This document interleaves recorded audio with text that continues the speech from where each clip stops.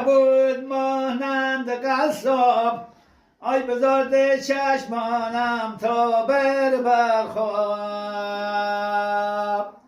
آی سراغم بده از مال ارباب بذارم ده چشمانت برخواب